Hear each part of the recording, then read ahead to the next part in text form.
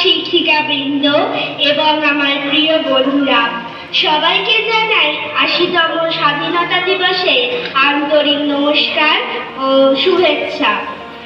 আজ 15ই আগস্ট, আমাদের পবিত্র স্বাধীনতা দিবস। 1947 সালে এই দিনে আমাদের দেশ ব্রিটিশ শাসন থেকে মুক্তি পেয়েছিল। দীর্ঘ 200 বছরের কঠিন সংগ্রামের পর আমরা এই স্বাধীনতা পেয়েছি। মহাত্মা গান্ধী, সুভাষচন্দ্র বসু, ভগৎ সিং এবং ক্ষুদিরাম বসুর মতো মহান বিপ্লবীরা হাসি মুখে ফাঁসির কাঠে ঝুলেছিলেন। তাদের আত্মত্যাগের বিনিময়ে আজ আমরা স্বাধীন আকাশে নিঃশ্বাস নিতে পারছি।